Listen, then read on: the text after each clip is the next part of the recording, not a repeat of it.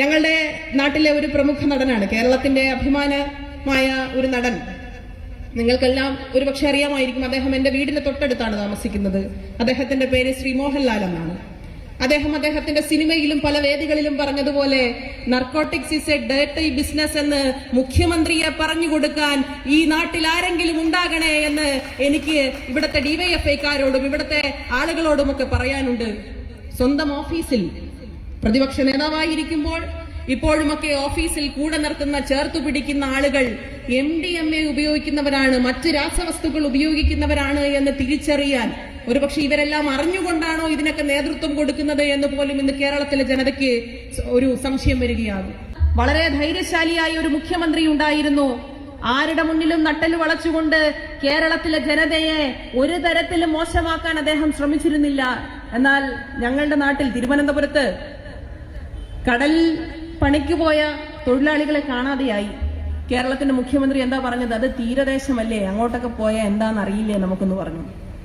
ഏതാണ്ട് 10-11 ദിവസം കഴിയേണ്ടി വന്നു അദ്ദേഹത്തിന് ആ കുടുംബത്തെ സന്ദർശിക്കാൻ, ആ കുടുംബത്തെ ഒന്ന് വിളിക്കാൻ, ആ കുടുംബത്തിന്റെ സങ്കടങ്ങൾ കേൾക്കാൻ. അത്ര തന്നെ ദിവസങ്ങൾ കേരളത്തിന്റെ ഇന്നത്തെ മുഖ്യമന്ത്രിക്ക് എടുക്കേണ്ടി വന്നു എന്നത് ഇന്ന് ജനങ്ങൾ കണ്ടുകൊണ്ടിരിക്കുകയാണ്.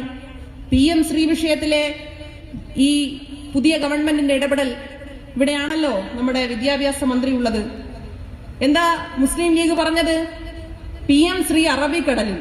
ഇപ്പൊ അറബിക്കടൽ അറിയാത്തത് കൊണ്ടാണോ കളയാത്തത് എന്ന സംശയം നമുക്കുണ്ട്. അറബിക്കടൽ ഒന്ന് കാണിച്ചു കൊടുത്താൽ ഞങ്ങൾ ഇതറിയും എന്ന് പറയുന്നവരാണോ മുസ്ലിം ലീഗുകാർ എന്ന സംശയം നമുക്കുണ്ട്.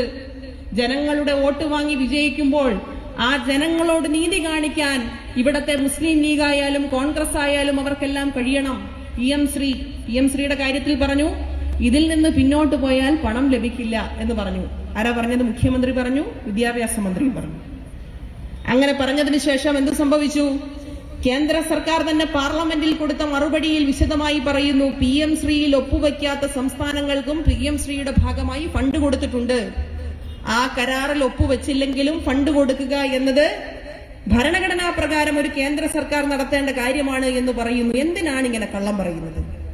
എന്തിനാണ് ഇങ്ങനെ ജനങ്ങളെ പറ്റിക്കാൻ വേണ്ടി കള്ളം പറയുന്നത്? PM ശ്രീ ഉൾപ്പെടെയുള്ള വിഷയങ്ങൾ, PMAY പദ്ധതി നമുക്കറിയാം. സാധാരണക്കാരായ ജനങ്ങൾക്ക് വീട് വെച്ചു കൊടുക്കുന്നതിന് സർക്കാർ ഏറ്റെടുത്തിട്ടുള്ള പദ്ധതി. അതിൽ ഒരുപടി മുന്നിലേക്ക് ഏതാണ്ട് അതേ തുക തന്നെ തദ്ദേശ സ്വയംഭരണ സ്ഥാപനങ്ങളും കേരളത്തിലെ സർക്കാരും ചേർന്നുകൊണ്ട് ഏറ്റവും അധികം വീട് വെച്ച കാലഘട്ടമാണ് നമ്മളെ സംബന്ധിച്ചിടത്തോളം കടന്നുപോയത്. എനിക്ക് വ്യക്തിപരമായ അഭിമാനമുണ്ട്. ഞാൻ നേതൃത്വം കൊടുത്തിരുന്ന തിരുവനന്തപുരത്തെ, ഞങ്ങളെല്ലാം നേതൃത്വം കൊടുത്തിരുന്ന തിരുവനന്തപുരം നഗരസഭയാണ് ഈ കാലയളവിൽ കേരളത്തിൽ രാജ്യത്ത് തന്നെ ഏറ്റവും മുൻപന്തിയിൽ ഏറ്റവും കൂടുതൽ വീട് കൊടുത്ത തദ്ദേശ സ്വയംഭരണ സ്ഥാപനം. ഞങ്ങൾ ആരും അവരോട് പറഞ്ഞില്ല, നിങ്ങൾക്ക് ഈ പണം തരണമെങ്കിൽ, നിങ്ങൾക്ക് ഈ പണം വീട് വയ്ക്കുന്നതിന് വേണ്ടി തരണമെങ്കിൽ നിങ്ങളുടെ വീടിന്റെ മുന്നിൽ, വീട് നിർമ്മിച്ചു കഴിഞ്ഞാൽ നിങ്ങളുടെ വീടിന് മുന്നിൽ ഒരു ചാപ്പ കുത്തണമെന്ന് ഞങ്ങൾ ആരും പറഞ്ഞില്ല. അതിൽ ഞാൻ നേരത്തെ സൂചിപ്പിച്ചതുപോലെ തന്നെ കേന്ദ്ര സർക്കാർ നൽകുന്നതിനേക്കാൾ ഒരുപടി മുന്നിലാണ് സംസ്ഥാന സർക്കാരും തദ്ദേശ സ്വയംഭരണ സ്ഥാപനവും നൽകുന്ന പണം. അങ്ങനെ കൂടുതൽ തുക ഒരു പദ്ധതിക്ക് വേണ്ടി കൊടുത്തിട്ട് നമ്മൾ ആരും അവരോട് പറഞ്ഞില്ല. കേരളത്തിന്റെ മുഖ്യമന്ത്രി പറഞ്ഞില്ല, കേരളത്തിന്റെ തദ്ദേശ വകുപ്പ് മന്ത്രി പറഞ്ഞില്ല, കേരളത്തിന്റെ ജനപ്രതിനിധികൾ ആരും പറഞ്ഞില്ല, നിങ്ങളുടെ വീടിന്റെ മുന്നിൽ ഞങ്ങളാണ് നിങ്ങൾക്ക് പണം തന്നത് എന്ന ചാപ്പ കുത്തണമെന്ന്. അഭിമാനത്തോടുകൂടി ജീവിക്കാൻ നിങ്ങൾക്ക് കഴിയണമെന്ന് കേരളത്തിന്റെ മുഖ്യമന്ത്രി, അന്നത്തെ മുഖ്യമന്ത്രി ശ്രീ പിണറായി വിജയൻ, സഖാവ് പിണറായി വിജയൻ അഭിമാനത്തോടുകൂടി ജനങ്ങളുടെ മുന്നിൽ പറഞ്ഞു.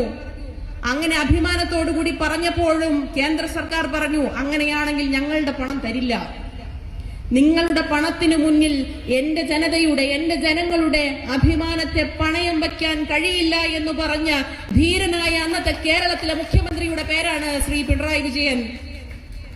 അങ്ങനെ ഒരു മുഖ്യമന്ത്രി ഉണ്ടായിരുന്ന നാടാണ് ഈ കേരളം. ഞാൻ നേരത്തെ പറഞ്ഞതുപോലെ മത്സ്യത്തൊഴിലാളികളുടെ പ്രശ്നം വന്നാൽ അവർ നമ്മുടെ സൈന്യമാണ് എന്ന് പറഞ്ഞ് ചേർത്ത് പിടിച്ച കേരളത്തിന്റെ മുഖ്യമന്ത്രി, അന്നത്തെ മുഖ്യമന്ത്രി ഉള്ള നാടാണ് ഈ കേരളം. എന്താ നമ്മൾ ഇന്ന് കാണുന്നത്? പെൻഷൻ സഹകരണ ബാങ്കുകൾ വഴി പെൻഷൻ കൊടുക്കണ്ട എന്നുള്ള തീരുമാനമെടുക്കുന്നു. ഇത് ഘട്ടം ഘട്ടമായി പെൻഷൻ എന്ന ഒരു അവകാശം, ജനങ്ങളുടെ അവകാശം, അത് ജനങ്ങളിൽ നിന്ന് പതുക്കെ പതുക്കെ അപ്രതീക്ഷിതമാകുന്നത് നമുക്ക് വളരെ താമസിക്കാതെ കാണാം. ഇപ്പോ വലിയ കൊട്ടിഘോഷിച്ചുകൊണ്ട് നടത്തിയ ഒരു പദ്ധതിയാണ് പ്രിയദർശിനി.